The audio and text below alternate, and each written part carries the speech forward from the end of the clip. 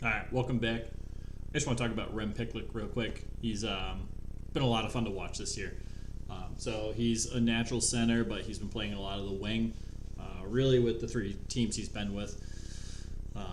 He's 24 years of age. He's 5'11". He's a restricted free agent, making I don't know between 750 and 925K a year. Um, Came up with the Nashville Predators organization. His first season, he played one game, a little over 9 minutes of time on ice, and didn't really do a whole lot. Just straight zeros, no plus minus. Next season, he played 10 games with the Predators. So I just put the total amount up there. 11 total games with the Predators, no goals, 2 assists, 2 points. He's a +3 and 6 penalty minutes during that time. His average time on ice for all 11 games was 10 minutes and 50 seconds. In his second season, where he played 10 games, it was a little over 11. It was like 11-18 or something. Um, Predators waived him, not thinking anyone would pick him up, and then Minnesota picks him up a little like beginning of this year. Played 20 games in Minnesota as a fourth liner. Usually played wing, usually right wing, a little bit of left wing here and there. But nonetheless, 6 goals, 5 assists, 11 points. He was very good, but most of those points came in the beginning of when he came to Minnesota. He's a total of a +1, 12 penalty minutes. His shooting percentage is a remarkable 46.2%. It's insane. Keep in mind, he only took 13 shots, but 6 of those turned into goals, so that's not bad. His time on ice was 943. He was a fourth liner. He really only played on the fourth line. He was great on that fourth line, though. It was just towards the end of that 20 games, he wasn't producing really at all. He wasn't contributing much to that fourth line anymore. He's a good 200-foot player, so the Wild, really, they just decided to waive him.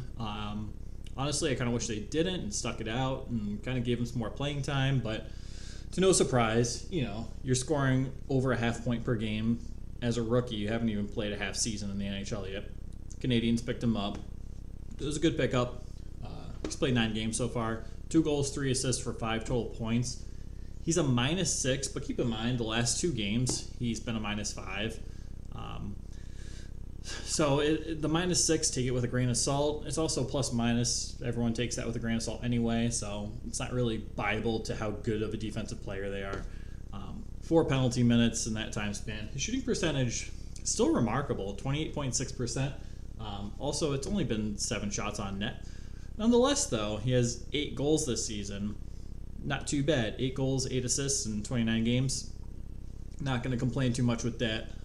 His time on ice, though, with the Canadians is 15:49. As soon as the Canadians picked him up, his first game, he had over 18 minutes. He's had a game over 19 minutes, so I haven't been too intrigued to watch the Canadians play this season. They're not a team I choose to watch if I'm going to a Predators game like I did earlier this season, and they're playing the Canadians great. But I'm not one to just flip on the TV and be like, oh, the Canadians are playing the Senators. It's not this year. It's just not. So I assume he should still be a fourth line guy, but it looks like the Canadians are kind of bumping him up and down the lineup. He's getting a whole assortment of opportunities, and for that reason, I have a feeling that the Canadians might look to re-sign him or give him some type of extension, and because he's a pretty valuable asset. I understand why the Wild waived him, but at the same time, I don't think it was the smartest move. You're also waiving him for guys like Rossi and Boldy to come up and have an opportunity to play. Really high talented prospects that are performing well in the minors and deserve a chance to play in the NHL. So, the Wild are kind of deep, and I don't think it'll necessarily hurt them losing Rem Pitlick, but at the same time, you could be losing a future asset. Total stats for the NHL, 40 games in total, 8 goals, 10 assists, and 18 points. In total, he has 11 minor penalties. It kind of proved to be a thing, at least in Minnesota, where it wouldn't be the best time in the game where he would take a penalty, and it would usually be something silly like holding or he got a lot of slashes, a lot of slash penalties in Minnesota. It would be like you're trying to come from behind in the last period, and the Wild have been known to do that this season. And Rem Pitlick takes a penalty, and you're like, oh, it just kind of deflates you a bit.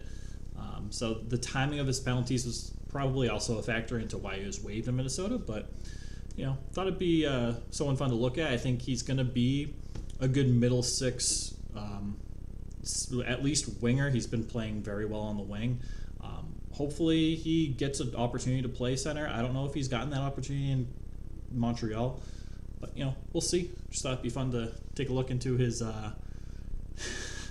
half season as a journeyman so far, and being claimed on waivers, by 2 different teams, and so it's cool. I love the kid. I'm a little upset he's on the Canadiens because it's just a team I don't cheer for, and I'm cheering for this kid. He's fun to watch.